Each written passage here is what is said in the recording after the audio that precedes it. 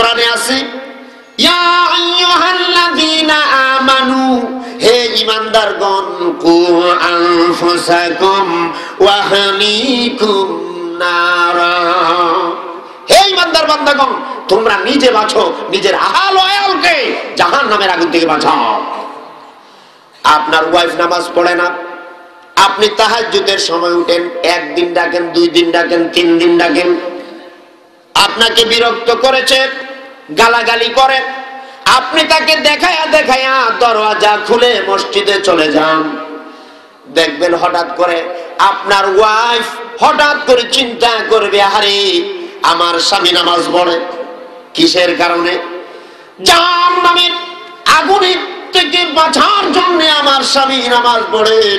তাকে দেখে দেখে একদিন আপনার স্ত্রীও ভালো হয়ে যাবে। সুবহানাল্লাহ। এখন আপনি যদি কোন আমার ওয়াইফও পড়ে না, আমিও পড়বো না, ঠিক কিনা ধরে বল, তুই তেড়েং তো মুই তেড়েং, আপনারা কর, ঠিক কিনা? আপনার বউ যদি তেড়া হয়, তেড়া বুঝেননি মানে বাঁকা হয়, তো আপনিও বাঁকা হইবেন, এইরকম নাকি? আমার ভাইয়েরা, আল্লাহর নবীর পরিবারের মধ্যে কিভাবে সম্প্রীতি ছিল এটা আপনারা জানেন না? সম্প্রীতি ছিল, মহব্বত ছিল। আল্লাহ নবী দিনের দাওয়াত দিয়া যখন ঘরের মধ্যে আসতেন, দেখতেন হযরত আয়েশা তরকারি বানাচ্ছে, এখনো রান্না বান্না হয় নাই। নবীজি রাগ করেন নাই, ভ্রু কুঞ্চিত করেন নাই, তরকারি বানাতে বসে গেছেন। নবীজির ইতিহাসের ভিতরে আছে, বসে গিয়া তরকারি বানাইয়া, তরকারি পাকাইয়া আল্লাহ নবী মুহাম্মদ রাসূলুল্লাহ সাল্লাল্লাহু আলাইহি ওয়াসাল্লাম আয়েশাকে নিয়ে একসাথে খেতে বলেছেন। বসে গিয়া আয়েশা যে প্লেটে যেখানে হাত রেখে হাত ধুতেন, নবীজি ওখানে ধুইতেন। সুবহানাল্লাহ। আয়েশা হাড্ডি চিবায়া গোশতকে হাড্ডিটা যে প্লেটে রাখতেন, ওই হাড্ডিটা রাসূলুল্লাহ হাত মোবারক দিয়া নিয়া, দাঁত মোবারক দিয়া আয়েশা যেখানে রেখে চাবায়েছেন, নবীজি সেখানে রেখে চাবায়েছেন। আপনি জাহান্নামে যাইবেন না জান্নাতে যাইবেন, আমি কোরআন হাদিস তালাশ করেও আমি আজকের মুসলমান কোথায় যাবে আমি জানি না, ঠিক কিনা? পরিবারের ভিতরে এমন পরিবার আছে না নাই? যেই গ্লাসে স্বামী পানি পান করে, এই গ্লাসে স্ত্রী পানি পান করে না। মহব্বত আসেনি পরিবারে? এমন স্ত্রী আছে যেই মাজারের মধ্যে আমার স্বামীর কবর দিবে, আমার স্বামী বহুত খারাপ, এই মাজারে আমার আর কবর দিও না, ঠিক কিনা? আছে না নাই? আছে, আছে, ঠিক কিনা? এই জন্য এইগুলি চিন্তা করবেন না, করবেন না, চিন্তা করবেন না, করবেন না। আমার মা বোন যারা বাড়িতে আছেন, মাইকের আওয়াজ শুনতেছেন, আপনারা হয়তো আমাকে খুব খারাপ পাবেন। খারাপ পেলে কি হবে? কোরআন হাদিসের কথাগুলি বলতে হবে। আল্লাহর নবী বলেন, স্বামী হলো এমন পৃথিবীর মধ্যে আল্লাহ রাব্বুল আলামিন যদি মানুষকে মানুষের পায়ের মধ্যে সেজদা দেওয়ার অর্ডার দেওয়া হতো, তাহলে আল্লাহ রাব্বুল আলামিন গোটা পৃথিবীর স্ত্রীদেরকে বলা হতো, তোমাদের স্বামীর পায়ে তোমরা সেজদা দিয়া দাও। স্বামী বেটা আবার এই কথা শুনে আবার সে একবারে ফুর্তিতে আত্মহারা হলে হবে না। আল্লাহর নবী বলেন, যার স্ত্রী ভালো, স্ত্রী যদি বলে আমার স্বামী একবারে ফেরেশতা, আল্লাহ রাব্বুল আলামিন ওই স্বামী যদি খারাপ হয়, তারপরে আল্লাহ পাক তারে maaf করে দিবেন। সুবহানাল্লাহ। এইগুলি হলো কবরের সামান। এইগুলি কি ধরে গন? কবরের সামান। আপনার ছেলেকে কোরআন পড়াচ্ছেন, কবরের মধ্যে আপনি রহমত পাবেন, কবরের মধ্যে আপনাকে বাহবা দেওয়া হবে।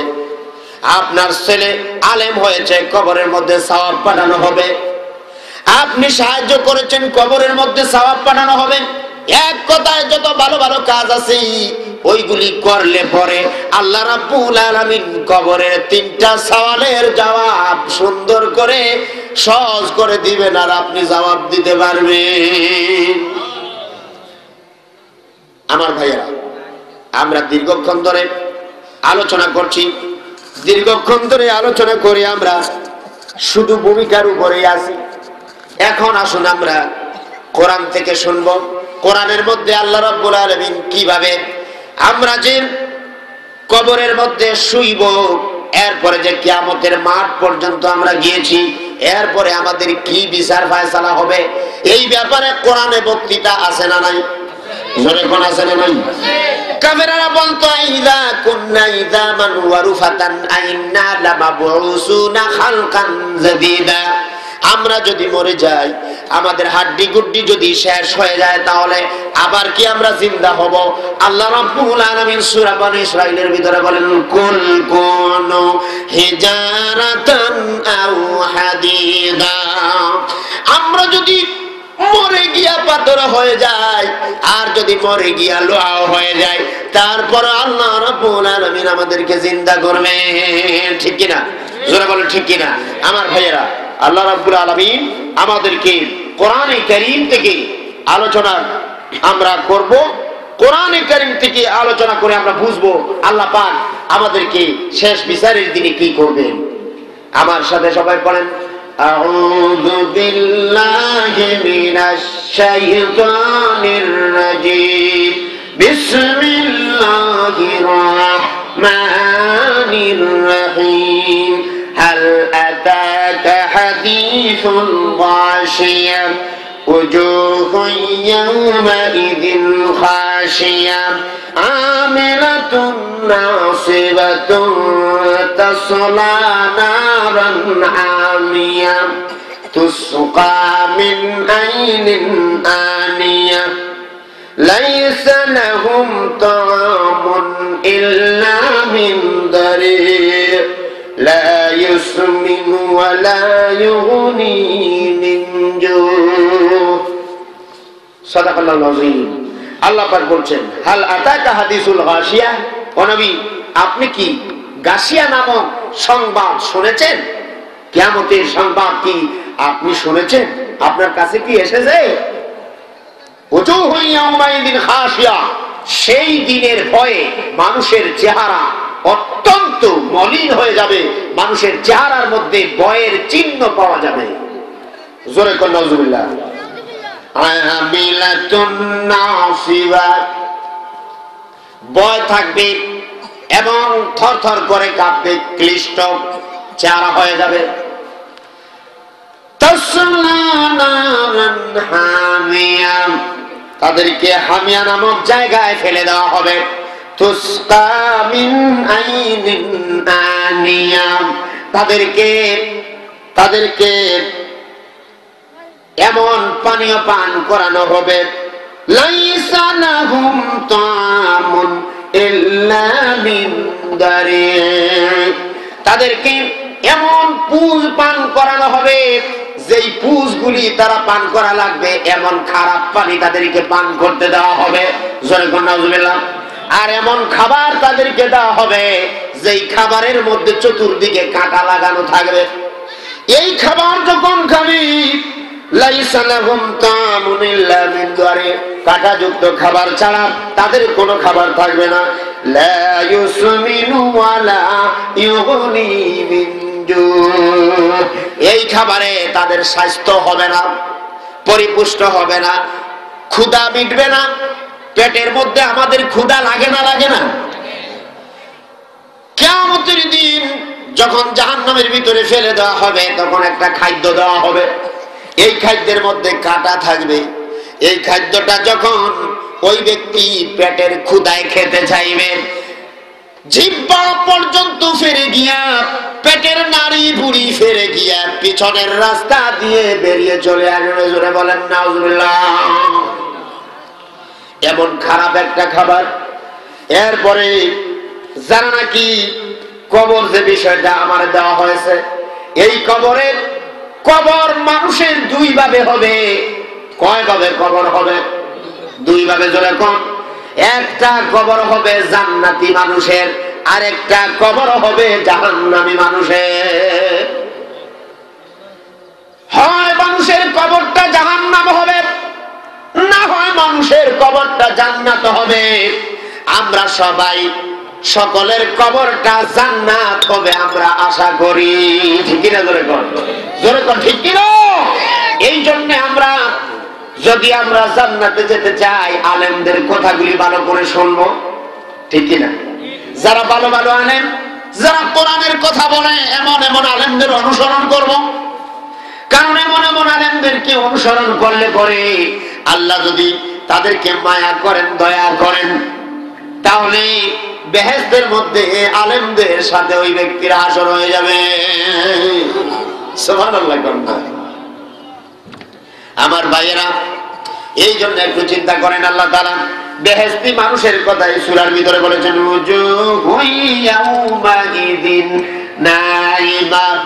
কিছু সংখ্যক মানুষের চেহারা উজ্জ্বল হয়ে যাবে, নিয়ামত প্রাপ্ত চেহারা হবে।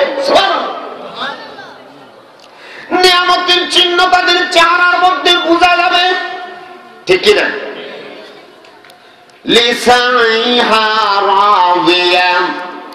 তারা থাকবে সুউচ্চ আসনে। ফি জান্নাতিন আলিয়া, জান্নাতে আলিয়া নামক একটা জান্নাত আছে।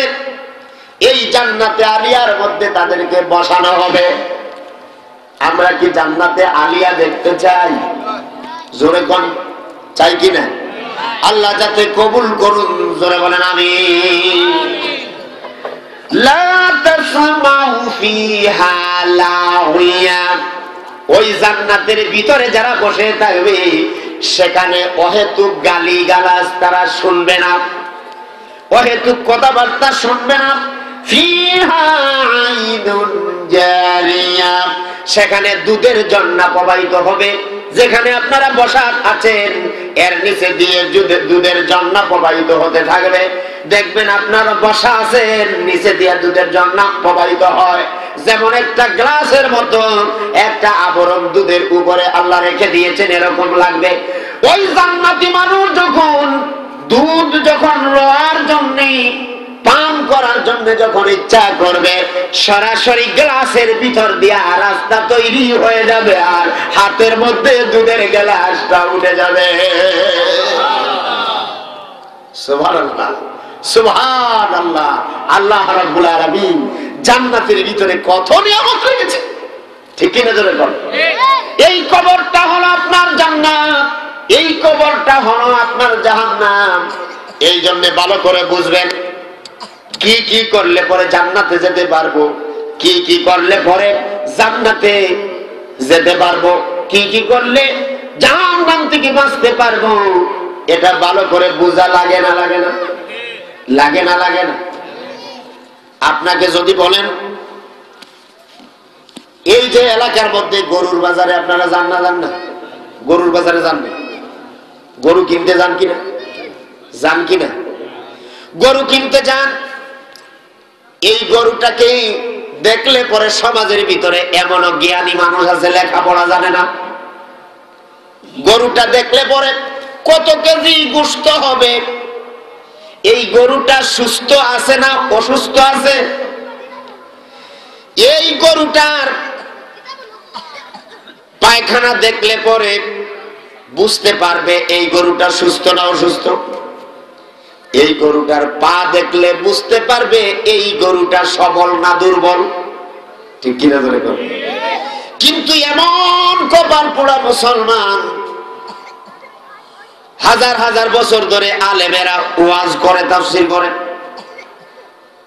এই যে আমরা এসে বলে গেলাম, সকালে যদি আপনি জিজ্ঞাসা করেন তাহলে বলবে যে খালি আমি সুর শুনছি আর কিছু শুনি নাই। আছে না? মুখস্থ করে পারবে? মুখস্থ করতে পারবে? পারবে না।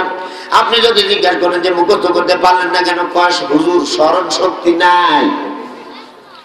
কিন্তু স্মরণ শক্তি নাই, কিন্তু গরু কিনতে বাজারে যায়।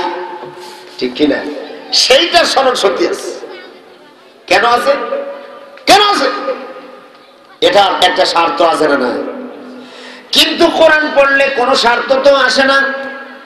এই যে কোরআন পড়তেন, আপনি যদি কোরআন পড়েন তাহলে আপনাকে 10,000 টাকা আইনা কেউ দিবে নাকি? ঘরের মধ্যে কোরআন পড়লে 10,000 টাকা পাইবেন নাকি? পাবেন না। হবেন না তো? এইটা যেন এমন হয়ে যায়। উমর খৈয়াম কবিতা লিখে বলেছে, নাস্তিক আল্লাহতে বিশ্বাস করে না, খালি কয় আল্লাহ একজন আছে, বেহেশত আছে, ফেরেশতা আছে, জাহান্নাম আছে, জান্নাত আছে, সব কিছু আছে। এই জন্যই দুনিয়ার ভিতরে কোন সুখ সাক করা যাবে না। সে কবিতা লেখলো, নগদ যা পাও হাত পেতে নাও, বাকির খাতায় শূন্য থাক। এর মানে হলো পৃথিবীতে যত চাকচিক্য আছে ওইগুলি অর্জন করো, আর বাকির খাতায় শূন্য থাক। মানে কিয়ামতের সংবাদটা যাতে আমি শুনতেও চাই না। নাউজুবিল্লাহ।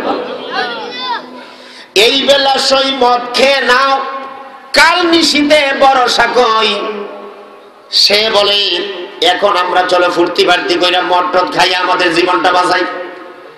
ওই যে আমরা হয়তো যদি একদিন মরে যাই, সে তো দেখেছে যে তার সাথের এক ভাই মারা গেছে, সে তো দেখেছে তার মতো যদি আমি মরে যাই, যদি আমি মরে যাই এই বেলা সই মদ খেয়ে নাও, কাল নিশীতে ভরসা কই, হয়তো আগামীকালকে আমি বাঁচতে নাও পারি। চাঁদিনী জাগিবে যুগ যুগ ধরি, আমরা তো আর রব না সই। এটা কি বুঝেছেন? কত বড় বদমাশ হলে পরে এই ধরনের কবিতা লিখতে পারে? ঠিক কিনা ধরে কবে?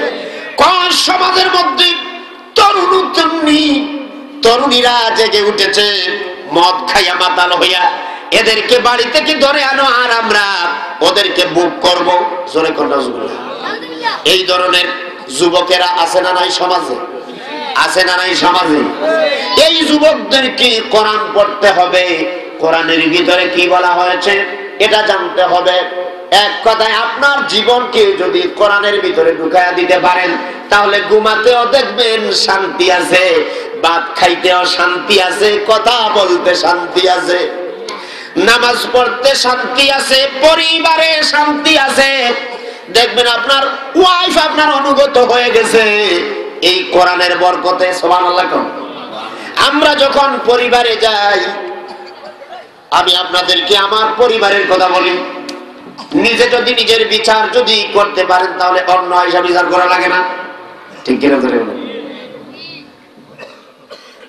আমরা আলেমদের পরিবার সম্বন্ধে জিজ্ঞাসা করবেন যে আলেমেরা প্রকৃতপক্ষে কোরআন দিয়া তার পরিবার চালায়, তার ওয়াইফ এক সেকেন্ডের জন্যও স্বামীর অর্ডার অমান্য করবে না।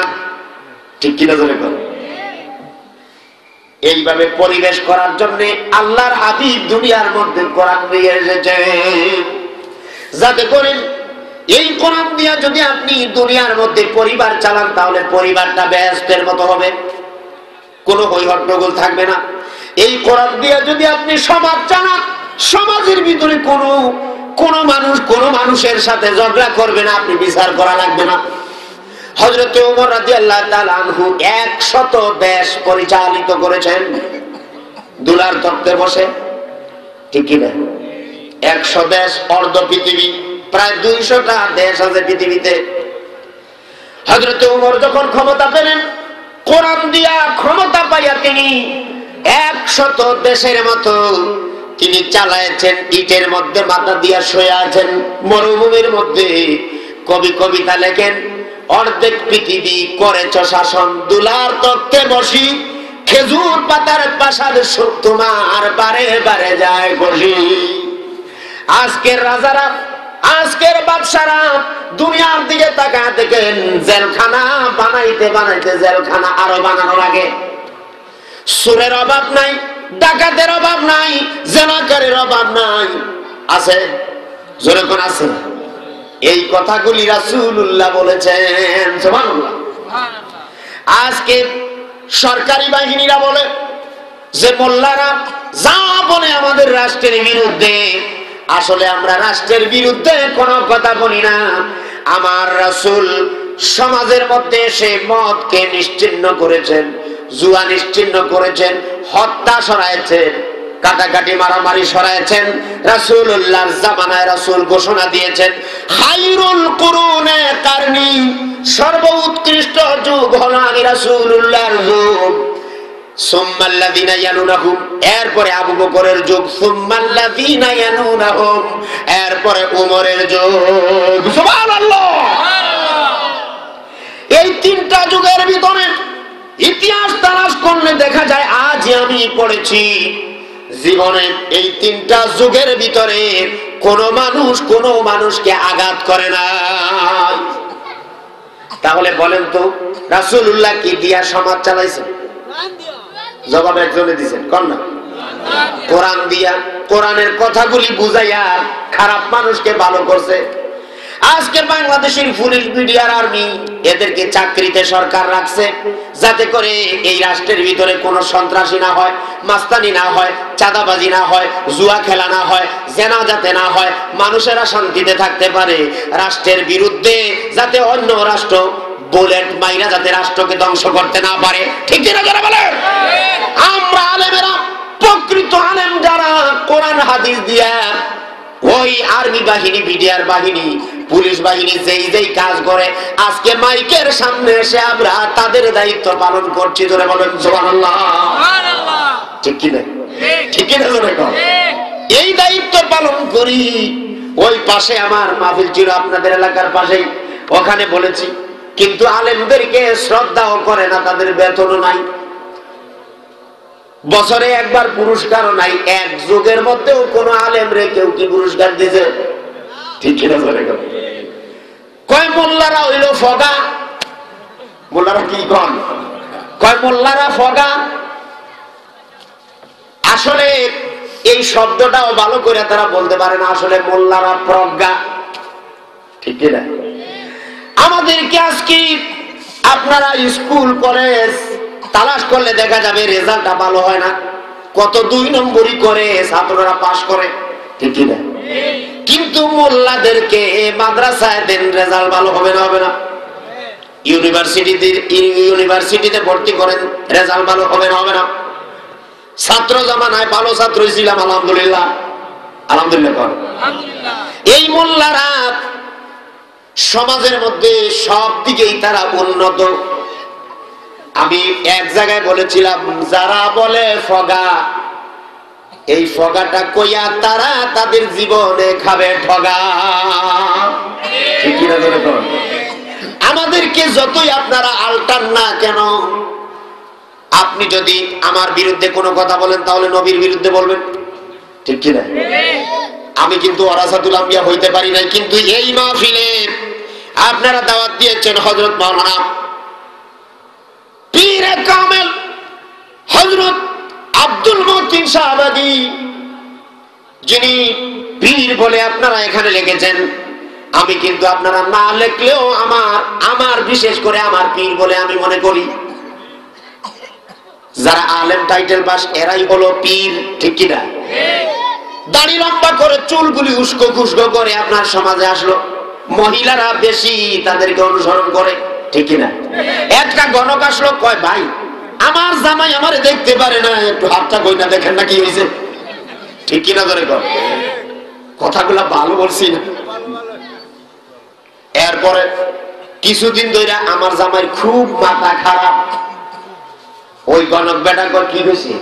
কয় ঘরের ভিতরে ঢুইকাই আমারে খালি গাইলায়। এখন দেখেন না, আমারে একটু কিছু দিবেননি? কিছু যদি দিয়া যান তাহলে মাথা ঠান্ডা হবে, এইরকম কিছু আছে নাকি? গণক বেটা কয় তোমার হাত দেখাইতে হবে, তো হাত গনে। হাত গই না, কয় তোমার 6টা মুরগ লাগবে। কয় লাখ টাকা? 1000 টাকা লাগবে। বলে না? বলে না? এইটা বলে। মাঝে মধ্যে গ্রামের মধ্যে আমি শুনেছি যে মহিলাদেরকে ঠগায় ঠগায় ওই গণক বেটা লইয়া গেছে না? গেছে না? গেছে না? গেছে না? এখন আমার ভাইয়েরা বলেন তো, এই মহিলার ইমানটা কোথায় গেল? ভালো করতে পারে আল্লাহ, মন্দ করতে পারে আল্লাহ। আপনার স্বামীর মাথা গরম, আপনার ব্যবহার ভালো নয়, আপনি সুন্দর করে তাহাজ্জুদের নামাজ পড়ে স্বামীর জন্য দোয়া করেন। ঠিক না? আপনি এইদিকে নামাজও পড়েন না, এইদিকে আবার আপনার স্বামীর ভালো ব্যবহার পাইতে চান, আপনার স্বামীও নামাজ পড়ে না, আপনিও পড়েন না, এমনি তো আপনার ঘরটা জাহান্নাম হয়ে গেছে। ঠিক কিনা? এখন আপনার স্বামীরও মাথা ভালো থাকবে না, আপনারও ভালো থাকবে না। আপনার স্বামী গরম হলে আপনি নরম হতে হবে, আপনি যদি গরম হন আপনার স্বামী নরম হতে হবে। এটাই ছিল রাসূলুল্লাহর নিয়ম। জোরে বলেন সুবহানাল্লাহ। ঠিক কিনা জোরে কর। এরপরে বর্তমান সরকার কিন্তু নারী নির্যাতন আইন কইরাও নির্যাতন থামাইতে পারে না। ঠিক কিনা? প্রতিটা ঘরে ঘরে স্বামী স্ত্রীতে ঝগড়া আছে না নাই? কিন্তু আমার ভাইয়েরা, এই কোরআন অনুসরণ করে যদি কোন সরকার তার রাষ্ট্র চালায়, আমি বলবো 3 মাস বেশি নয়, 3 মাসের ভিতরে সন্ত্রাসীরা বুজুর্গ হয়ে যাবে, ডাকাতরা বুজুর্গ হয়ে যাবে। ডাকাতরা কবে আর ডাকাতি করা যাবে না, চলো পাহাড়ে চলে যাই, ওখানে গিয়া নামাজ পড়ি, আল্লাহরে ডাকি। ঠিক কিনা জোরে কর। বুজুর্গদের ইতিহাস তালাশ করলে দেখা যায় পাহাড়ে জঙ্গলে গিয়া তাদের চরিত্রকে সংশোধন করেছেন। ঠিক কিনা?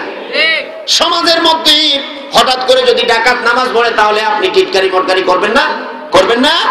এই জন্য অনেক খারাপ মানুষ আছে জঙ্গলে গিয়ে তার চরিত্র সংশোধন করে এই ভালো মানুষ হয়ে সমাজে আসতে চায়। ঠিক কিনা জোরে বলেন।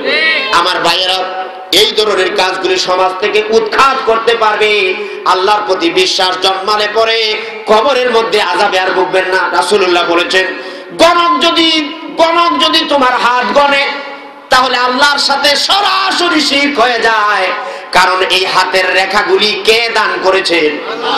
জোরে কয় না মুসলমান? আল্লাহ। এই হাতের রেখাগুলি আল্লাহ দান করেছেন। আপনি ভাগ্যবান না গরীব থাকবেন সারা জীবন কে জানেন? একজন আরেকজনের খবর জানেননি। গণক আপনার খবর জানবে, জাদুকর জানবে, জুয়াখুর জানবে, জানবে না। আপনার দিলের খবর একমাত্র আল্লাহ জানেন। এই জন্য কোন ব্যক্তি আপনার খবর বলতে পারবে না।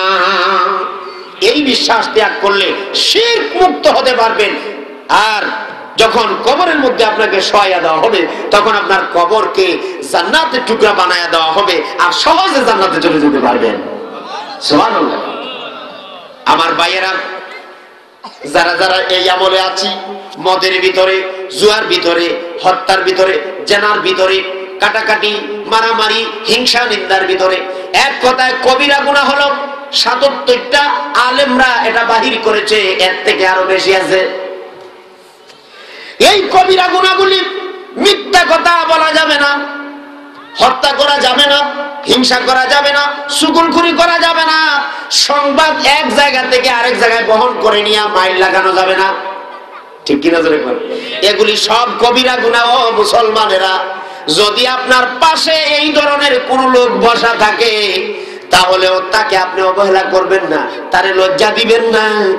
বরঞ্চ এই অভ্যাস থাকলে পরে আপনি তার মুখে ধরে বলেন, ভাই শুনেছি মাহফিলের ভিতরে এই কাজটা করা ঠিক নয়, তাকে আপনি এক কাপ চা পান করান, করাইয়া সুন্দর করে পিঠ হাতাইয়া তাকে বলেন, দেখবেন আল্লাহ রাব্বুল আলামিন তাকে হেদায়েত দান করে দিবেন।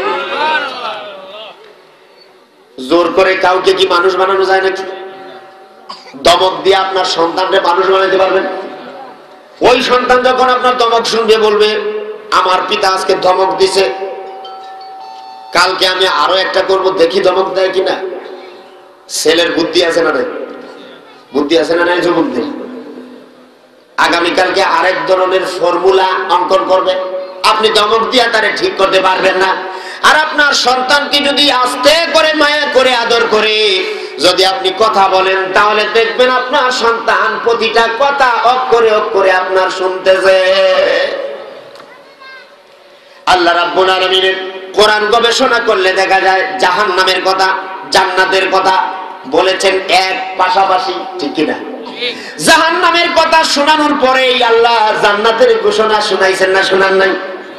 এর মানে হলো আল্লাহ হলেন রহমানুর রহিম। ও দুনিয়ার মানুষেরা, আমি অতি আদর করে মায়া করে তোমাদের সৃষ্টি করেছি। এখন দুনিয়ার মধ্যে দিলাম তোমাদের কি আমার ইবাদত করবা, কি আমার ইবাদত করবা না। এখন আমি দয়া করে তোমাদেরকে বলছি, যদি ইবাদত করো না ধমক দিতেছি, খবরদার এটা করবা না, করলে তোমাদেরকে জাহান্নামে যাইতে হবে। এরপরে ধমক দেওয়ার পরে আল্লাহ তাআলা বলেন, ও জাহান্নামীরা শোনো, তোমরা তো আমার আইনা মাইনা তোমরা জাহান্নামের মধ্যে পড়ে গেছো। এখন শোনো জান্নাতের নিয়ামতের কথা শোনো।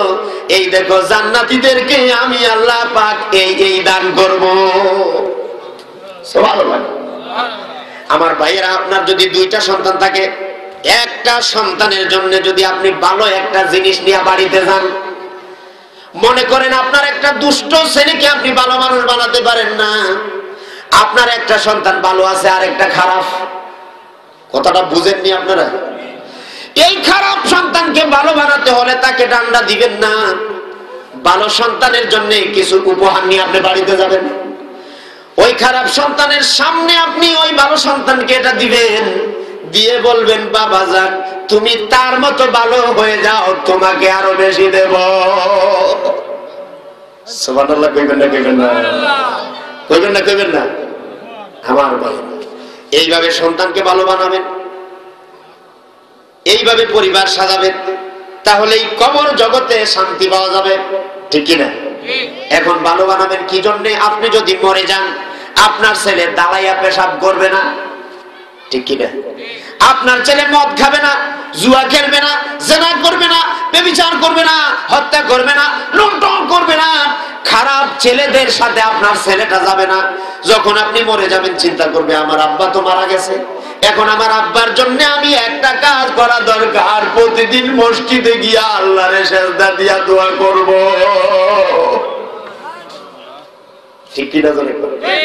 আল্লাহর নবী বলেন ওই সন্তানটা যখন মসজিদে গিয়া সেজদায় গিয়া যখন সুবহান রাব্বিয়াল আলা বলবি, আর বাপের কথা মনে হয়ে যাবে, চোখ দিয়া জল জল করে পানি পড়বে, আল্লাহ রাব্বুল আলামিন সাথে সাথে সওয়াব ফেরেশতা দিয়া কবরে পৌঁছায়া দেওয়া হয়। কবরে পৌঁছায়া দেওয়ার পরে ফেরেশতারা যখন তার হাতে আমলনামায় গিয়া যখন এই সওয়াবটা লেখা হয়ে যায়, তখন ওই আল্লাহর বান্দা দেখতে পাবে আর বলবে কে আমার জন্য এই সওয়াবটা পাঠালো। তখন ফেরেশতারা বলবে তোমার যে ছেলেটারে নামাজি বানায় আসছো, এই ছেলেটা নামাজ পড়েছে আজকে সেজদায় গিয়া তোমার জন্য কেঁদেছে, এই সওয়াবটা।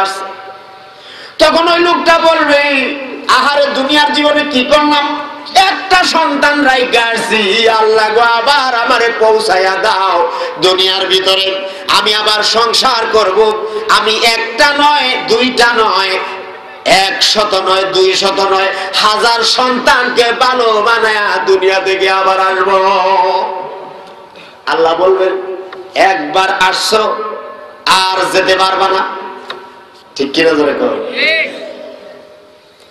সাপ চিনেননি আপনারা? সাপ, সাপ চিনেন না? এই সাপ যখন সে চলে, তার বডির ভিতরে যখন জাম থাকে, তখন এই সাপটা সোজা হইয়া চলে না বাঁকা হইয়া? জবাব দেন একটা মুসলমান, জবাব দেন। সাপ কি সোজা হইয়া দৌড় দেয় না বাঁকা হইয়া? এটাও জানেন না? বাঁকা আঁকা বাঁকা হইয়া সাপটা দৌড় দেয়। আর যখন বড় একজন মাস্তান লাঠি নিয়ে সাপরে মারে, তখন ওই সাপটা যখন তার প্রাণ যখন চলে যায়, সাপটাকে যেইভাবে সোজা করেন ওইভাবে সোজা হবে না? হবে না? জোরে কোন হবে না? হবে না? না বাঁকা থাকবে? এই জন্য মুসলমানেরা শুনেন, আজকে আপনারা প্রাণ আছে কলিজার ভিতরে, প্রাণটা, এই প্রাণের মালিক আল্লাহ। এই প্রাণের মালিক কে? জোরে কোন এই প্রাণের মালিক কে? এই প্রাণের মালিক আল্লাহ। ইন্নাল্লাহা আশতারা মিনাল মুমিনিনা আনফুসাহুম ওয়া আমওয়ালাহুম বিআন্না লাহুমুল জান্নাহ। প্রত্যেক মুমিনের জান কি আমি খরিদ করেছি জান্নাত দেব বলে। ঠিক কি না? ইউকাতিলুনা ফি সাবিলিল্লাহি, তারা আল্লাহর রাস্তায় প্রচেষ্টা চালাবে, জিহাদ করবে, ইসলামের বিরুদ্ধে কিছু হলে তারা জিহাদ করবে। ফায়াকতুলুনা ওয়া ইউকতালুন, তারা নিজেরা হত্যা হবে এবং নিজেরা হত্যা করবে, নিজেরা শহীদ হবে এবং শহীদ করবে। সুবহানাল্লাহ, সুবহানাল্লাহ। এখন আমার ভাইয়েরা, জানটা আল্লাহ খরিদ করছেন না করছেন না? এখন এই জানের মালিক আল্লাহ না আর কেউ? এখন আল্লাহ যদি জানের মালিক হয়ে থাকে, দুনিয়ায় আইসা আপনাকে একটা ইখতিয়ারি ক্ষমতা আল্লাহ দিয়েছেন। এই ইখতিয়ারি ক্ষমতা দিয়ে আপনি যা পারেন তা করেন, আল্লাহর দেখার দরকার নাই। কারণ হলো আল্লাহ তো কোরআন নাজিল করে দিয়ে দিয়েছেন, আপনার সামনেই আছে।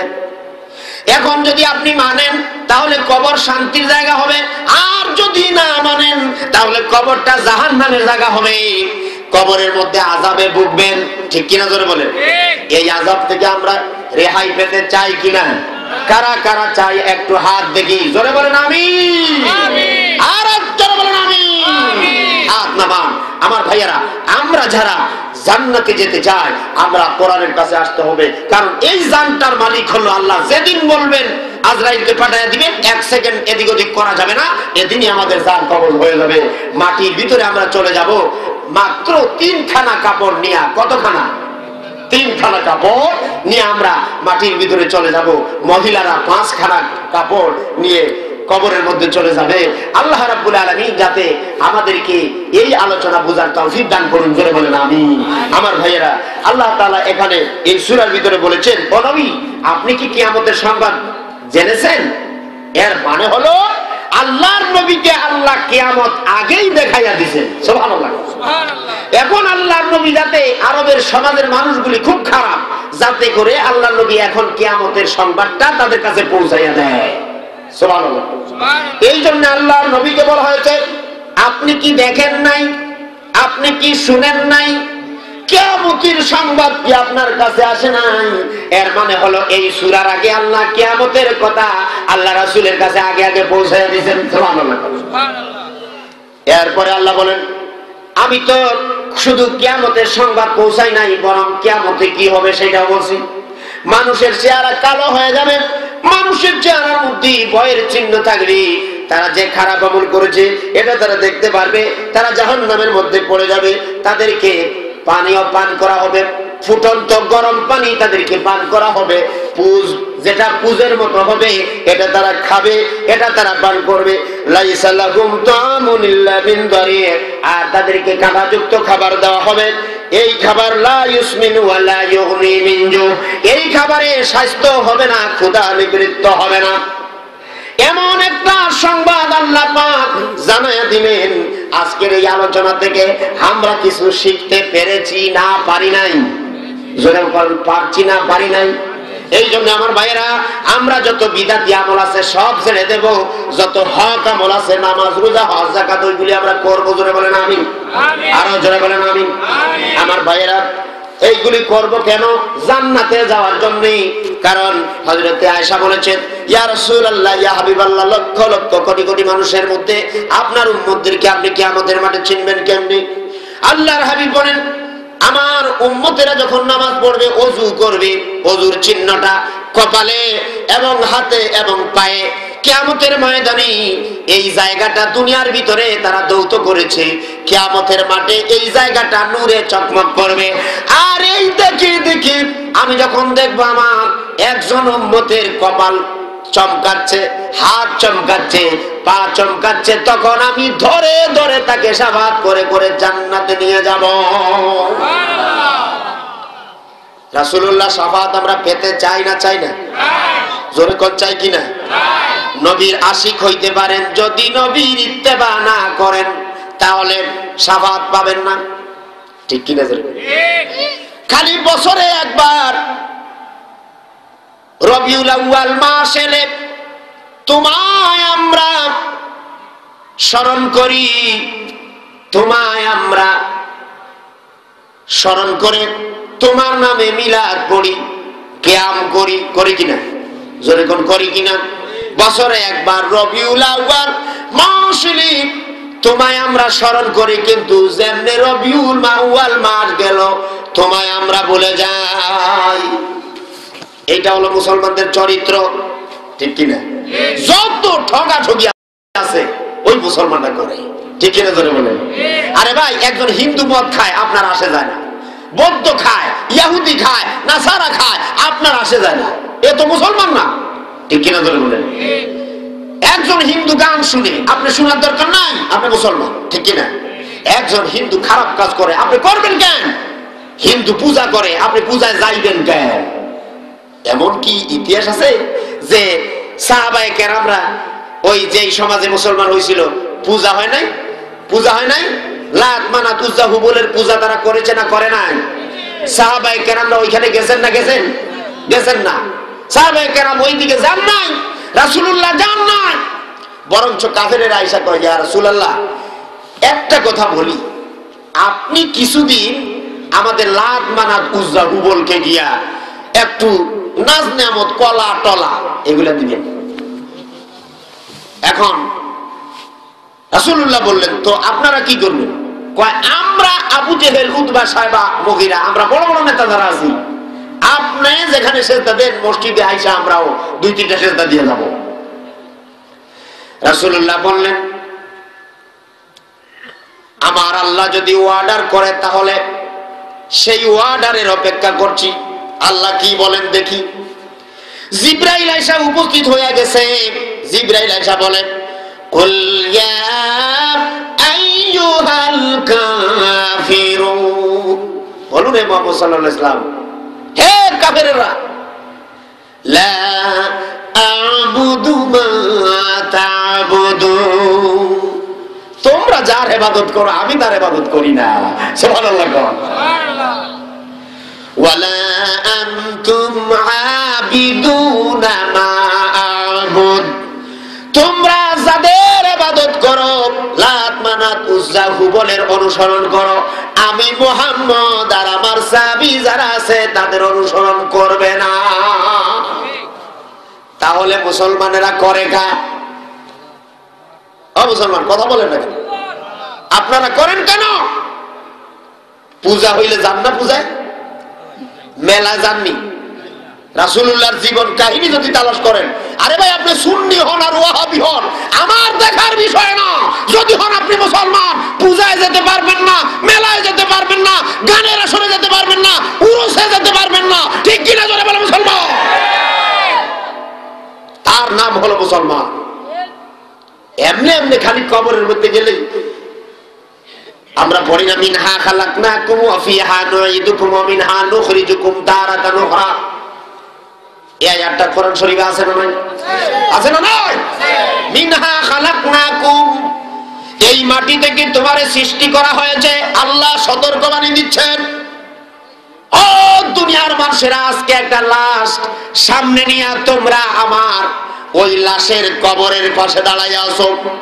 তোমরা শুনে রাখো, মিনহা খালাকনাকুম, এই মাটি থেকে তোমাদেরকে আমি আল্লাহ পাক সৃষ্টি করেছি। ওয়া ফিহা নুঈদুকুম, আবার এই মাটিতে তোমাদেরকে আবার সমাধিস্থ করা হবে। ওয়া মিনহা নুখরিজুকুম তারাতান উখরা, এত ক্ষমতা দেখায় না, এত মাতদারি করো না, আবার এই কবর থেকে তোমার এই মাটি থেকে আবার আমি জিন্দা করব। তুমি কিভাবে আমারে অস্বীকার করবা? কাইফা তাকফুরুনা বিল্লাহি ওয়া কুনতুম আমওয়াতান ফাআহইয়াকুম সুম্মা ইউমীতুকুম সুম্মা ইউহয়িকুম সুম্মা ইলাইহি তুরজাউন। কিভাবে তুমি আল্লাহকে অস্বীকার করবে? তুমি ছিলে মৃত, যখন মায়ের গর্ভে ছিলে না, তোমার কোনো নিশ্চিহ্ন ছিল না। হাল আতা আলাল ইনসানি হিনুম মিনাদ দাহরি লাম ইয়াকুন শাইআম মাযকুরা, যখন তোমার বাপ ছিল এক জায়গায়, মা ছিল আরেক জায়গায়, ঠিক কিনা জোরে কোন? বাদেশ্বরের মেয়ে আর ওই কিশোরগঞ্জের একটা ছেলের সাথে বিয়ে হলো। এই বিয়ে হওয়ার আগে একটা ছেলে আর একটা মেয়ের সাথে কোনো দেখা নাই। বলেন তো সন্তানের কোনো খোঁজ খবর ছিল নাকি? আল্লাহ সেই কথা স্মরণ করায় দিচ্ছেন, যখন তোমার অস্তিত্ব ছিল না, সেই অস্তিত্বহীন অবস্থা থেকে আমি অস্তিত্ব দান করেছি, ঠিক কিনা জোরে বলে? কিভাবে তুমি আমার অস্বীকার করবা? তুমি ছিলে মৃত, তোমার জিন্দা করলাম, আবার তোমাকে মৃত্যু দেব, আবার জিন্দা করব, আবার তুমি কিয়ামতের মাঠে আমার সামনে দাঁড়াবে, আর সেই দিন আমি বলবো তুমি সেজদা করো। যদি সেজদা দিতে পারো জান্নাতে যাবা, সেজদা দিতে পারো না জাহান্নামে যাবা। ঠিক আছে আমার ভাইয়েরা, আমরা দীর্ঘক্ষণ আলোচনা করেছি। আল্লাহ তাআলা যাতে আমাদের এই আলোচনা থেকে কিছু শিক্ষা তৌফিক দান করুন, জোরে বলেন আমিন।